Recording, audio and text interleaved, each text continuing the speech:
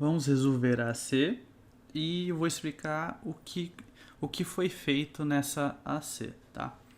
A primeira coisa é você tem que entender o que são dicionários. Então tem que ler essa parte da apostila para conseguir resolver a AC, tá? Muito provavelmente, lendo isso não vai adiantar muita coisa. Eu recomendo que você vá lá no curso em vídeo do Guanabara e pesquisa pelos dicionários. Então, dicionário Python. Ó, é esse vídeo aqui. Eu vou te enviar ele. Eu vou te enviar ele junto com os vídeos, tá? Então veja esse vídeo para você entender. Se você não entendeu, tenta ver uns vídeos anteriores a ele, tá? Vai ter que ser utilizado dicionários para resolver esse tipo de problema na C1.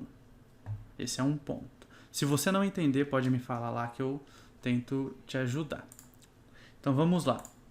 Aqui na C1, ele passa algumas informações. Ele passa esse arquivo chamado main.py para que a gente desenvolva o nosso teste utilizando o main.py. Então esse é o arquivo e ele vai importar o Unitest, que é uma das bibliotecas de teste, como eu tinha dito, né? E que já está no PyCharm. Então é só fazer a importação. E ele vai falar aqui as regras do jogo. Então ele vai falar, ó, modifique a função index palavra. E a função deve receber um parâmetro, tal, explicando. E aqui ele fala mais algumas coisas que eu não vou dar atenção porque isso aqui é um erro grotesco dele. A outra coisa é que ele fala sobre o Virtual Env. O Virtual Env é um método de você criar vários Pythons dentro da sua máquina e aí você roda diversas versões do Python. Então você consegue rodar a versão 2.3, 2.4, 2.5, direcionando elas para cada pasta. O PyCharm já tem isso. Quando você clica aqui em File, New Project, se você clicar aqui, você vai ver que tem aqui, ó, Virtual Env. Então ele já tem isso, não vai precisar instalar, uma maravilha. O que o Virtual Env faz para mim tentar explicar melhor, tá? Então, por exemplo, o comando chamado aqui de print, ele vai printar na tela para gente as informações. Se eu colocar print texto dessa forma, ele vai funcionar em todas as versões do 2 para frente, tá? Só que se eu colocar texto dessa forma, aí ponto format, e aí colocar as informações do ponto format, o ponto format é no 2.7, se eu não me engano, na versão do Python 2.7 que é utilizado o ponto format, tá? Que é para você formatar o texto aqui e tal, se você bem lembra disso. Mais para frente, no Python 3, eles lançaram, em vez de utilizar o ponto format, eles utilizaram o F aqui na frente e aí aqui dentro você utiliza as chaves. E aí você não precisa mais do ponto format, a própria chave já utiliza. E aí ele roda no Python 3 para frente. Se você usar até as duas versões aqui dentro, por exemplo, ó, texto e aqui um ponto format, e você rodar isso,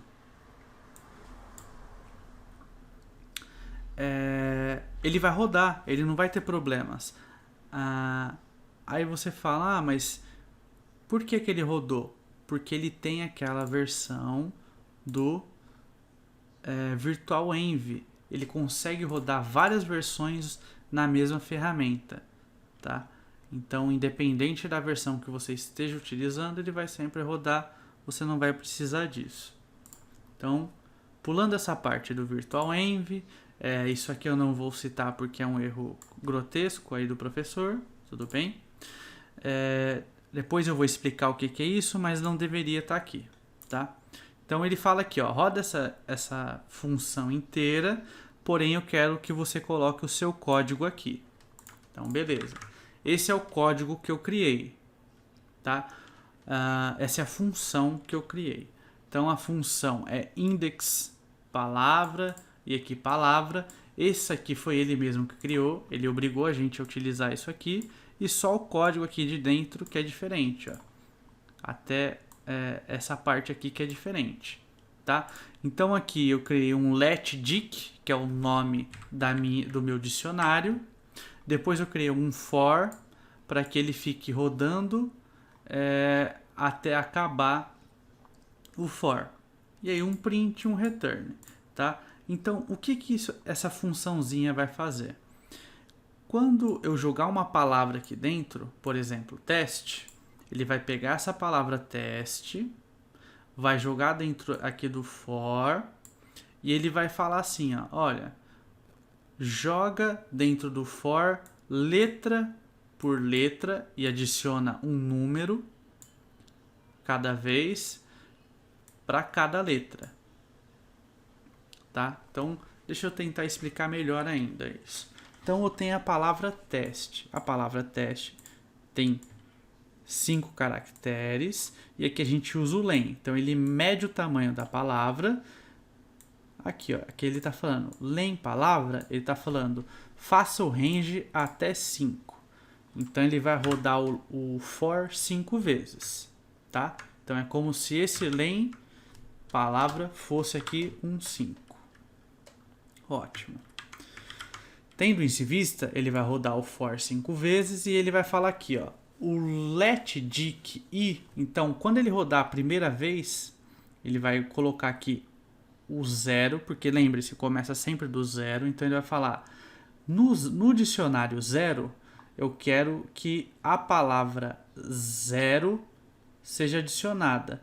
A palavra 0 é o primeiro caractere. Então, teste, ele vai colocar o T. Então, no 0, ele vai colocar o T. Aí ele vai rodar mais uma vez.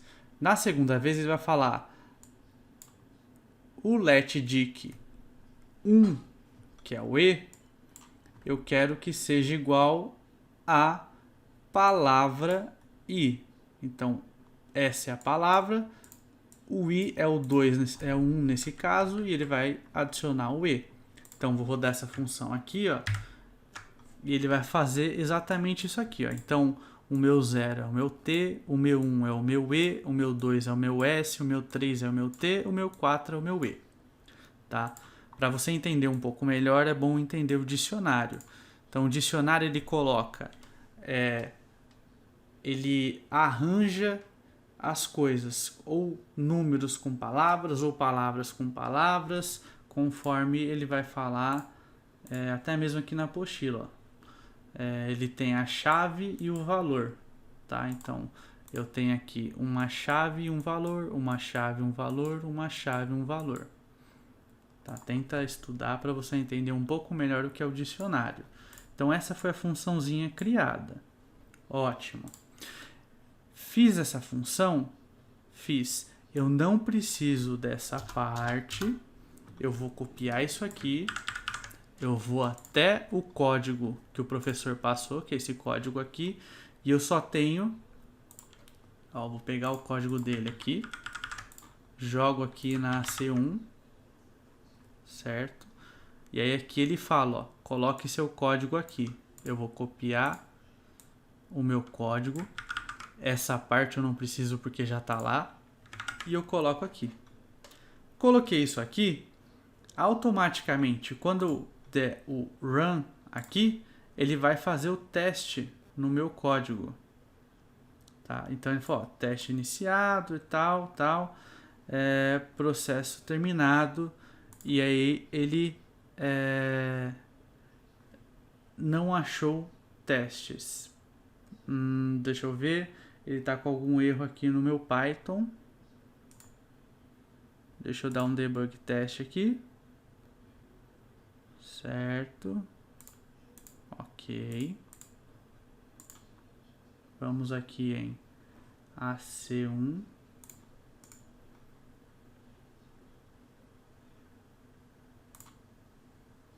stop and rerun.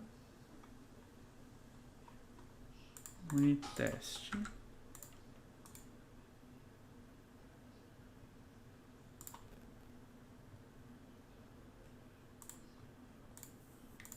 Tá. Eu descobri qual era o erro no código.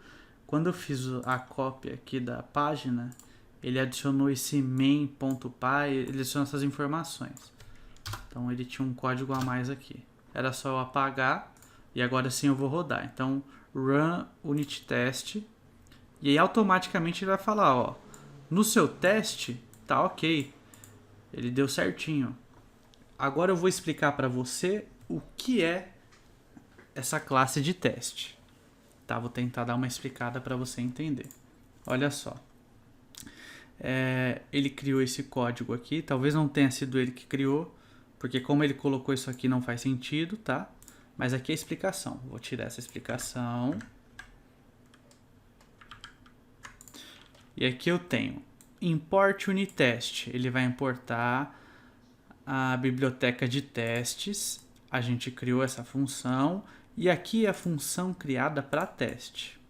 Então, eu vou diminuir essa função nossa criada e vou aumentar a função de teste. A função de teste, ele cria uma função chamada test_sum. Esse unitest.testCase é uma parte da biblioteca de teste. É necessário ter aqui. Tá?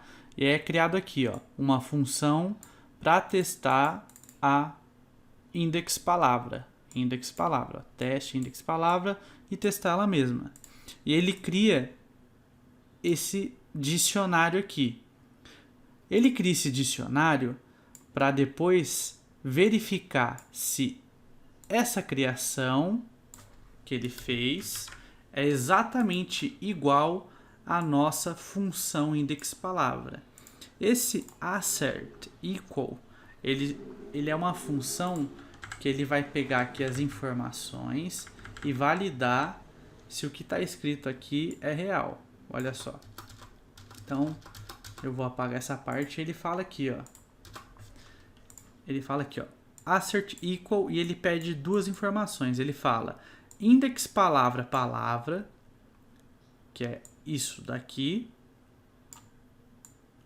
é igual a palavra dicionário. Então, o teste que está sendo feito unitário aqui, ele está fazendo um teste do tipo, essa função é igual a essa função? E aí ele testa as funções de todas as formas. Ele verifica se é um dicionário, verifica se as funções estão começando com números, ele faz esse tipo de teste. Quando ele faz esse tipo de teste, ele valida e informa se é real. Então, se eu rodo aqui, ele tem que falar, ó, rodou e está ok. Ah, mas o que ele falaria se tivesse errado? Por exemplo, ao invés de eu colocar aqui, se eu só tirar esse return daqui, só para você testar, e eu rodar ele, ele vai dar um erro. E ele vai falar, ó, o teste falhou.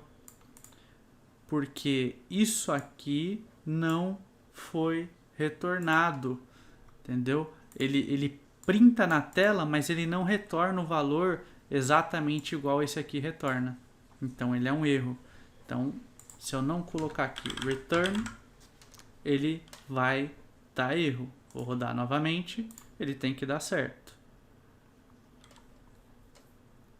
Opa, deixa eu calmar aí. Run. Rodou e ele continua dando erro. Deixa eu só validar. Sim. Eu esqueci de trazer o que ele tem que retornar. Ele tem que retornar o meu dicionário, tá? Os valores do meu dicionário. Então, assim, quando eu rodar, ele tem que passar dessa vez. Essa opção aqui embaixo é exatamente o que faz rodar o nosso código sem a necessidade de rodar esse comando. O que é esse comando? Por exemplo, se eu pegar esse comando, se eu tirar isso aqui e eu rodar, ele teria problemas para fazer o teste. Então, esse comando eu tenho que vir no Python e é como se eu colasse esse comando aqui, ó. Só que aí, ao invés de eu usar o main.py, eu uso ac01.py, que é o nome da minha versão. Só que como o PyCharm ele não está instalado, o Unitest, ele dá esse erro. Mas a gente não precisa porque o PyCharm ele consegue rodar direto do run. Tá vendo? Lá no VS Code ele precisa rodar pelo console dessa forma. Tá? Então a gente não precisa rodar isso aqui. Espero que você tenha entendido um pouco. Se ficou alguma dúvida de como funcionou o import, do que foi que eu fiz nessa função, ou do que significa essa função de teste, ou até do que significa teste de caixa preta, teste de caixa branca, não tem problema. Fala qual que foram suas dúvidas, você não entendeu nada, ou se você entendeu isso, mas não entendeu aquilo. Tenta me passar essas informações para mim tentar melhorar a explicação.